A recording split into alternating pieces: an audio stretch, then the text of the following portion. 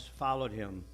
And behold, a leper came to him and knelt before him, saying, Lord, if you will, you can make me clean. And then he stretched out his hand and touched him, saying, I will, be clean.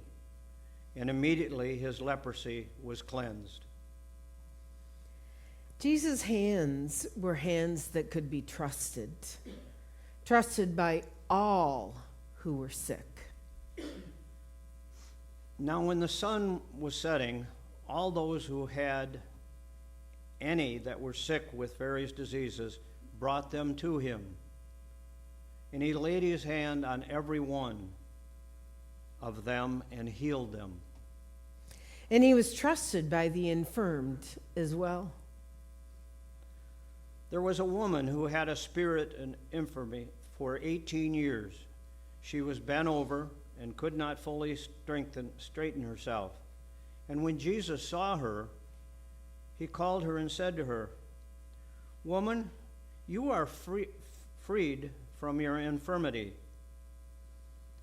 And he laid his hands upon her, and immediately she was made straight, and she praised God. And the hands of Christ could be trusted to restore sight even to the blind. Some people brought to him a blind man and begged him to touch him. And he took the blind man by the hand and led him out of the village. And when he had spit on his eyes and laid his hands upon him, he asked him, Do you see anything? And he looked up and said, I see people, but they look like trees walking. Then again, he laid his hands upon his eyes, and he looked intently and was restored and saw everything clearly. They were hands that could even be trusted to bring the spirit and life back to a child who had died.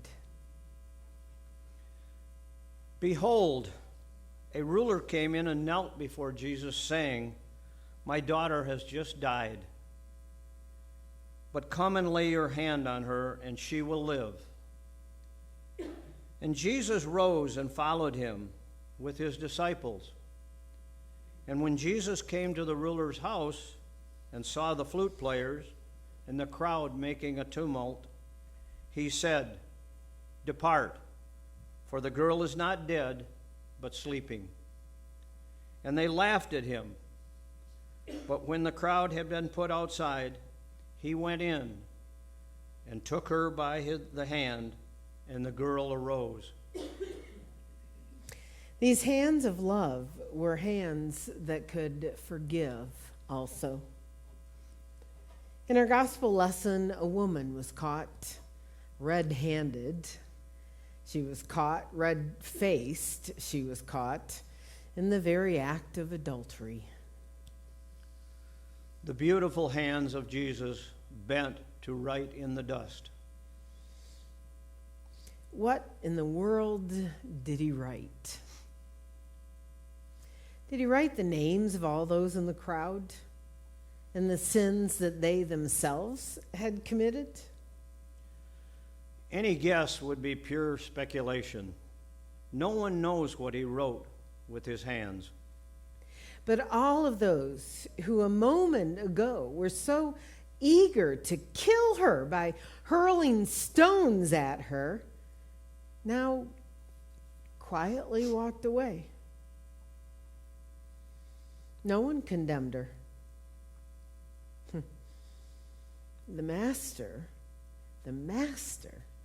with those marvelous hands, said, Neither do I condemn you. Go and do not sin again. To ensure that this forgiveness would be available to you also, the hands of Christ, those strong, skilled, talented, beautiful, healing, loving, forgiving hands of Christ were nailed to a cross. Nailed to a cross. What an incongruous thought. The tender hands of Jesus impaled. Through muscle and tendon, past aching bones, to bear the weight of his body on the cross.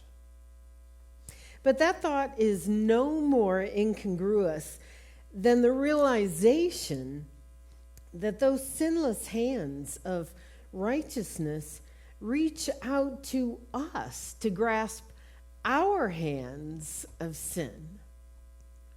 A hole was gouged in his holy hands to accept the sin of our hands so that we can be made holy.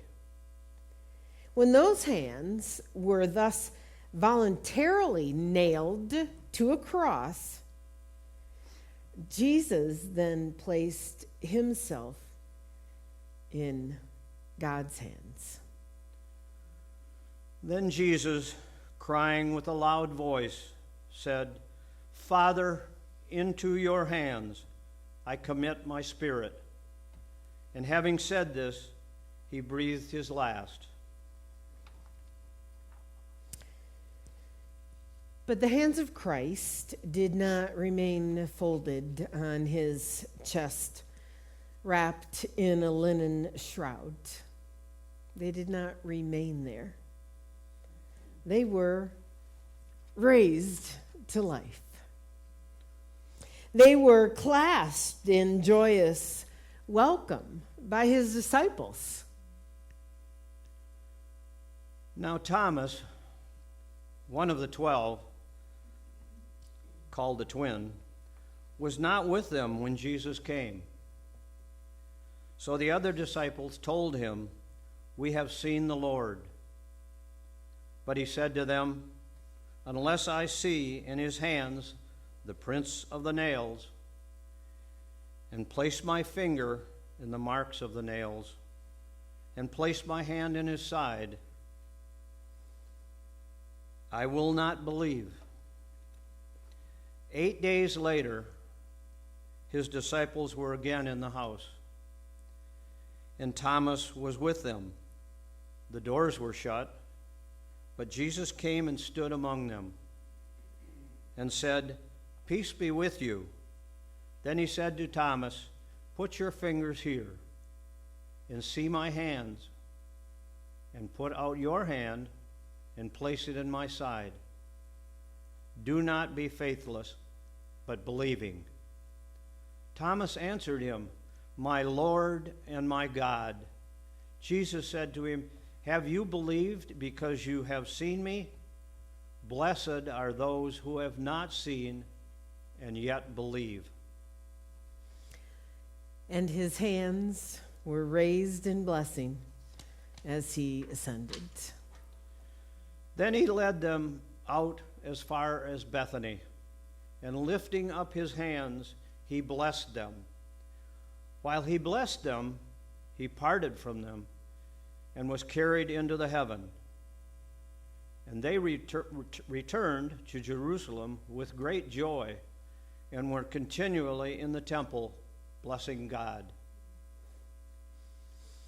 We are safe in the hands of Christ. These strong, loving, healing, gentle, touching, forgiving, living hands of Christ have us firmly in his grasp. We are in good hands. We are in the hands of Jesus Christ. We are in the hands of God. My sheep hear my voice, and I know them, and they follow me. And I give them eternal life, and they shall never perish, and no one shall snatch them out of my hand. My Father, who has given them to me, is greater than all, and no one is able to snatch them out of the Father's hand. And I and the Father are one. You are in the loving hands of Christ. Neither do I condemn you. Go and do not sin again.